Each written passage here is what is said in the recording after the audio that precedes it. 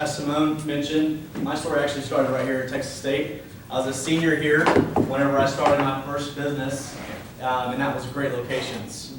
But to take you a step back, because a lot of people, they think that people that are successful had it given to them, or they grew up with a lot of money. That's not the case with me. I think that's probably, if you really dig deep and you learn about entrepreneurs and people that started business and are actually really successful in running business, chances are they started with very little. Chances are their family weren't able to provide very much support along the way. And that's very much the case with me. My mom was a school teacher, and my dad actually was in the healthcare business, but he lost his job after 9/11. So right whenever I was going off to college, my financial support that I thought was going to help me with college went away. So I had to put myself through school. So here I was at Texas State having a jolly good time and having a lot of fun. I was working while I was going to school, like probably a lot of you. How many of you have jobs? Over half. Okay. So it is a lot of work to manage your schoolwork, your work, and your social life, right? So I was here doing that. I actually went to work for an apartment locating service here in town and was doing quite well with them. I was very much involved in my college experience. I was in student organizations like this. I was very involved on campus, and being an apartment locator allowed me to have, being connected on campus, I was able to network with my peers, my fellow classmates, and help them find apartments. Back then, there was not as many choices as there are now, and there were certainly, the apartments didn't do near as good of a job of marketing themselves as they are now doing. So I had an opportunity to start Great Locations. I had already been doing apartment locating for 2 years and had become successful at it and was able to save some money. So whenever I took my business plan to the bank, along with having excellent credit and all of that kind of stuff, they turned me down for a business startup loan. It was very, very difficult to get to raise my startup capital to start my business. It was impossible almost. So what I ended up having to do was I ended up, and I did this wrong, don't any of y'all go out and do this, but I ended up getting a bunch of credit cards. And I basically pulled cash out of all of them to start Great Locations. Fortunately, I had some of the other things that entrepreneurs have. My work ethic, my drive, my ambition allowed me to eventually pay back that startup capital. But it was a very, very tough first couple of years financing my business startup that way. I paid like close to 22% interest to credit cards to get started.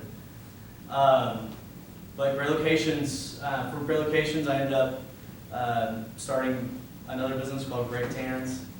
G-Tans is still on campus. We're still here in town today. A vending machine company, a landscape company, property management company. Ended up starting, I kind of went into a place where I just kept, an idea came, or someone came with an idea, and I was like, okay, let's do it. We can do it. We can do it. And ended up starting all these businesses. At one point, I had over 125 employees, and my payroll was $100,000 a month. It was crazy for a young man. I think at that time I was 25 years old, 24 years old. So things were going really great. And then the market shifted. I had expanded Great Locations throughout the years. And by 2008, I had 4 Great Locations offices. The original one here in San Marcos on Orange Springs Drive. I opened an office in New Braunfels, Kyle, and Buda, really covering the I-35 corridor between Austin and San Antonio. And those offices that I grew from the San Marcos office, we started doing more than just apartment locating. We started doing just full real estate sales.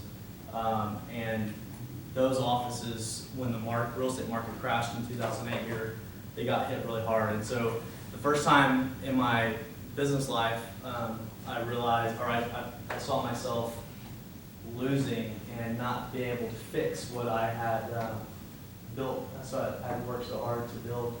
And so I ended up having to do what a lot of entrepreneurs end up doing.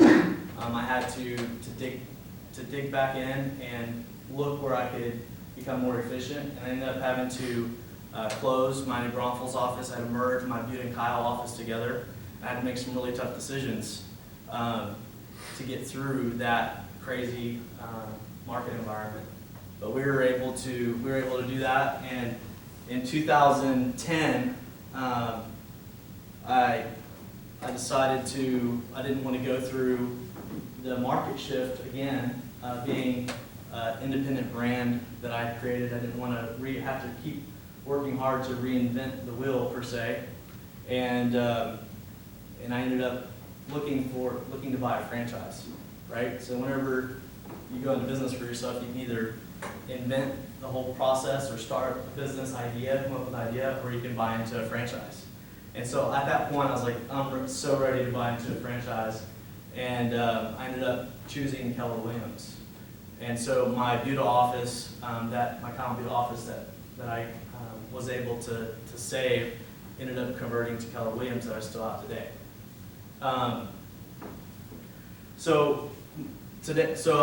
Today I from the businesses that I have retained, I have a great location still.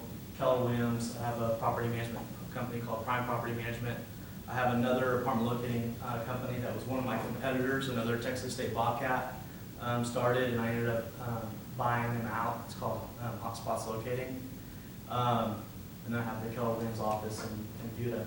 And so I run those businesses, but I'm not in them every day.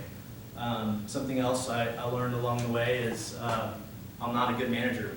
And most entrepreneurs aren't. So you'll find if you go down this process, you'll end up learning that you're really good. If you're truly an entrepreneur, you're really good at coming up with an idea and implementing it.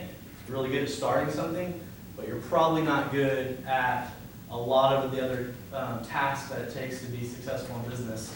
And so that's why it's really important to bring in people that are smarter than you and better than you in the different areas in management and accounting, different marketing, different parts of business, so that as a whole your business will be successful.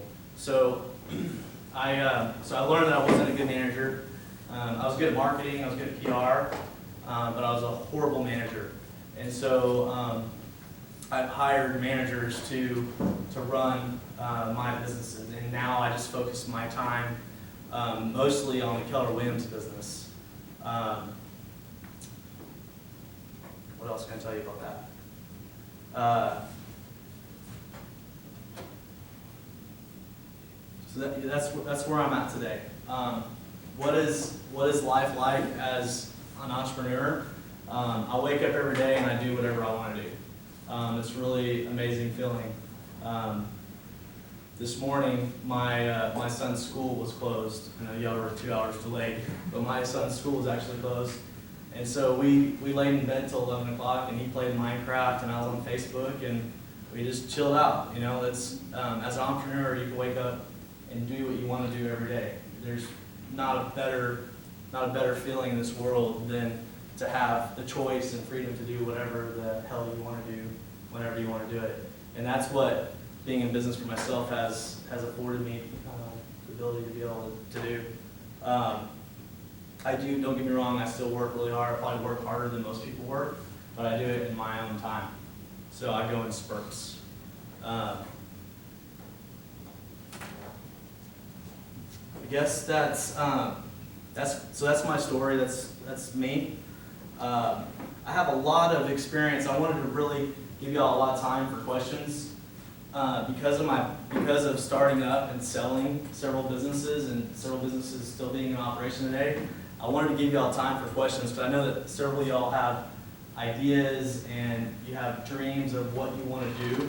I have people all the time that come to me with ideas, and a lot of the times I have to shut them down or show them that it's really not as great of an idea as they think that it is, or it's a good idea, but you have to have massive chain of that to be successful. So I want to give you an opportunity to ask me questions, and I'll answer them the best I can. But I have just anything in business or real estate, marketing, PR. I have a ton of experience with it. Yes, ma'am. What are your long-term goals personally? What are your 3, 10-year goals? Well, my dream whenever I started Great Locations was to franchise it. So Great Locations is, everyone knows what Great Locations is, right? Because I hope you do. If you don't, then I'm doing a horrible job marketing. Because y'all are my target market. So when I started Great Locations, I wanted to have outlets all over. At that time, I wanted to own or operate them. After realizing how difficult it is to, whenever I had 4 outlets, how difficult it was to manage those 4, and then all be successful, I realized that's a bad idea. And what was a better idea would be to franchise it, so to develop a model and to sell it. And so that's what I'm working on right now, is a franchise model for Great Locations. Great Locations is a free service to consumers, helps people find a place to live, helps educate people on all their options. They can come to one place and learn about everything for rent in the market that they're going to. So I'm working on a model that I can sell and franchise. So maybe my goal is to have 5 franchises open in the next 2 years outside of this market. Did I answer your question? Yeah. And other than that, I'm tired of working. I'd rather just have fun, play golf, fly. I have a couple of airplanes I like to fly. Next, where do you want to go? I was just wondering, when you said when you started your business, most of the apartment complexes weren't doing marketing, but now most of the major apartment complexes have their own in-house marketing teams and all this stuff. How has that changed your aspect of business? It's really an interesting dynamic. So whenever I started Great Locations was at the very beginning, whenever this rent by room thing that probably most of y'all are in now, that was a new concept 10 years ago. Brand new concept, rent by the room, furnished, all bills paid, or most of your bills paid. So targeting students was new. So the first 4 years in business, a lot of these management companies, they just kept marketing the same way they'd always been marketing, and that was like putting ads in the newspaper. And so now, the landscape for marketing has completely changed with social media, and a lot of more captive type marketing where the companies are going to you with t-shirts and fluff and whatnot to get the message out. So it's a lot more difficult for me from a marketing standpoint. So we've got to come up with, our marketing campaigns, we have new marketing campaigns every semester. We have to start over. I'm having to spend more money on marketing than I ever have. And having to really give people a call to action, a reason to want to come to Great Locations before they just go to the apartment that all their friends are going to.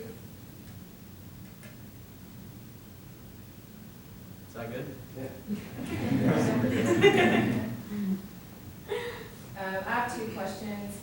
Firstly, when you first started, did you have someone, like when you're opening Great Locations, did you have someone helping you or like a mentor guiding you to get your license, get all the permits and everything to open Great Locations and help you hiring people, or were you doing it all by yourself? How did you even start that process? I did it all by myself.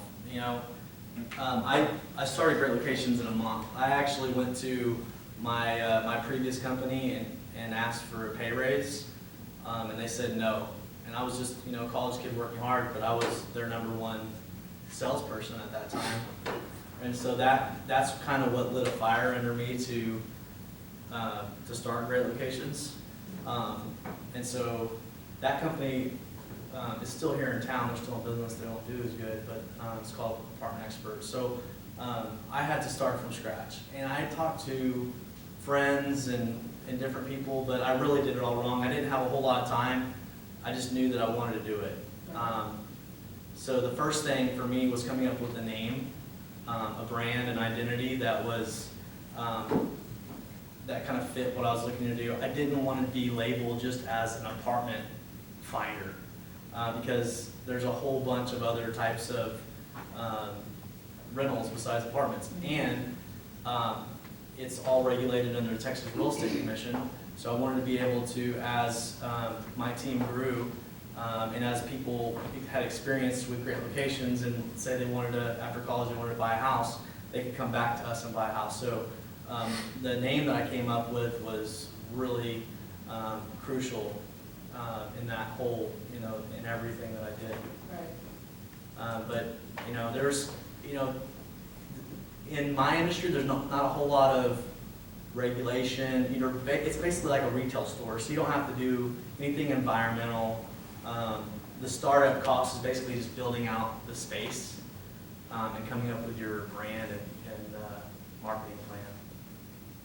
It'd be a lot different if I were going to open a restaurant, because you'd have to deal with all the permitting and whatnot. And the second question was, how long did it take you to get to the point where you can wake up at 11 and just hang out with your son and mom?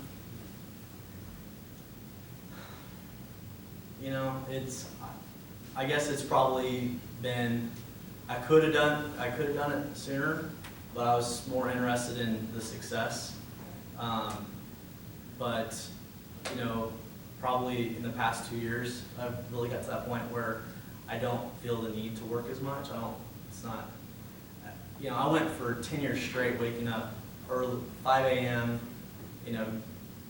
working, doing my thing, and now it's just not, I'd rather pay somebody 50 grand and manage my organization and me not have to be there.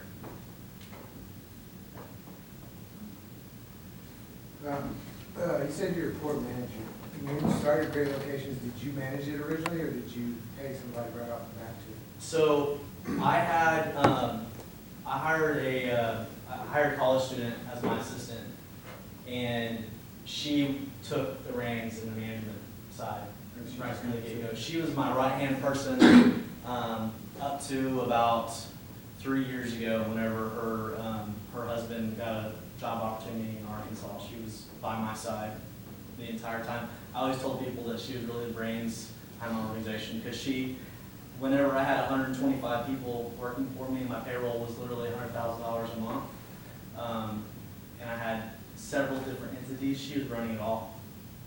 Now, I have multiple people having to do her job that she was able to do by herself. So you just kind of lucked out with somebody? I lucked out with to take her, charge? yeah, I lucked out with her for sure. I have one, I made a hire earlier this year, and I think that she's gonna be my Julie. Julie was that girl's name. I think that this lady's gonna be my Julie. And then another question, you said now you have multiple managers at your locations. How did you go about finding them and being able to trust them to run without you being there? I did a lot of, I made some bad management decisions for sure, in managers. So I guess I got to a point where I put more work in on the front end process and the interview process than I ever had in the past. In the past, I kind of reacted in a oh shit, I need somebody now kind of way, and that cost me way more money doing things that way. And so I still am a lot of times in a hurry and need to make a quick decision, but it's way better just to go through the process and make sure I do the right screening, personality test, to make sure I'm making the right hire. So if your business is like a free location for students, like how exactly do you make your money? Good question. So Great Locations, how Great Locations gets paid is the apartment communities, they all have this marketing budget, right? They're all spending a lot of money, and most of the marketing that the apartment communities and property management companies do is more of they cast a net out there, or they shoot a shotgun. They're trying to hopefully capture some leases, some students to sign leases. With us, they only pay us if we successfully bring someone there, that person decides to lease there, they'll pay us a referral fee for doing that. So they pay us a little bit. They pay us a little small bird dog fee for bringing people there. And so it's cheaper for them than having to spend a whole lot of money. So a lot of the smaller apartment communities, a lot of your duplexes and houses in town, they don't have to advertise. They just pay us a little referral fee, and we do all the work. But that's how they pay us. So the consumer never pays. It's only the property managers who pay us. I've been to, I can't remember the name of the place, it's been a while, but I went to one of the locations, apartment complex, and they seemed like really set like on giving me this one apartment, and I kind of wasn't having it. Is there like kind of a bias towards like specific like apartment communities? I wish I could tell you no, because if things were working the way that I want them to, it'd be no. But the reality is different people have relationships, and sometimes sometimes there's a lot of factors. So for example, and I don't want to name any property names, but we know the apartments that are really poorly managed. We hear about it first, and so internally, we don't want to take you to an apartment that you're going to come back and say, you know, why did you let me live there? Their maintenance sucks, the walls are paper thin, and the apartment manager never does anything. So we know that ahead of time. We do our best to make it factual. Like you come to us and say, I'm looking for a 1 room and a 3-bedroom unit. I need it to be furnished. Have a 50-pound Labrador Retriever, and I need it to pay for internet, cable, and water. So with you telling us that, we'll try to narrow it down and give you those options. And then we'll try to help you choose which one is really the best one of those options. But whoever you worked with could have been dating the on-site. I mean, there's all kinds of factors that could sway it. It's kind of a complicated question, but since you've gotten more into the apartment and expanding, have you started building an apartment with them so it can be more cost efficient? Like I went to the Millennium, and I know it's really cheap and it's everything's great. Have you partnered with them so you can capture that community? And I don't know, have you designing? So I was involved, it's funny you mentioned the Millennium, I was involved with the Millennium. A couple of Aggies built that. So I was involved, yes, I've been involved more on the consulting side. So they'll come in and see where we have the biggest need here in town, what we have a shortage of, what unit mix we have a shortage of. A lot of what you're seeing now is based upon some consulting that I did over the past 5 years. So a lot more of the apartments that are coming in town are more set up to feel like a house, townhome. And so that's kind of that's where the market is going. Is the students want to live in a house, I want to be able to party in my backyard, and so we're building apartments that are as close to that as possible. We're tricking you into thinking that you're living in a house. It's pretty awesome. The different apartments, is it a flat rate, is it a percentage, how do you charge, do the apartments pay differently? So yeah, the apartments pay us based upon their personal needs. So if the apartment has, is on a push, most of the apartments, when they're being built to be sold. So a lot of times before you even move in, the group that built them is not even the group that's going to be managing them going forward. They're building them to sell them. And so if a property is in need of, if they have a lot of vacancies or they haven't been hitting their leasing goals, they may pay us a bonus or they may say, okay, well, if you bring 50 people by, we'll give you an extra wellness, right? Yes, ma'am. So I have my business teaching after-school science programs, and you obviously market to a certain demographic. And I don't know how exactly you market, you're spending a lot of money doing that. I'm looking to target certain demographics, specifically, parents of children within a certain age range. Are there any tricks that you know of marketing that might be assisting in that capacity? So you have an after-school education type of program? Yes, I'm pre-K 8th grade. And so you are obviously marketing to this specific demographic, Right. which is slightly different demographic than my age range. But I'm looking to market towards parents specifically. So knowing that, knowing how keen you are with your marketing prowess, what suggestions might you have? Well, the best, or the most cost-effective way for you to market to that group is on Facebook. You can do a Facebook advertising campaign and select that demographic, and your moms are the ones that are making those decisions. Just forget about marketing to men at all.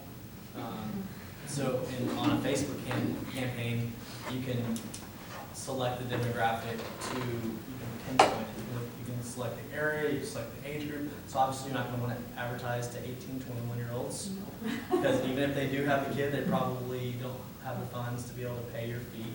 So you can choose the age group, demographic area, women, Awesome.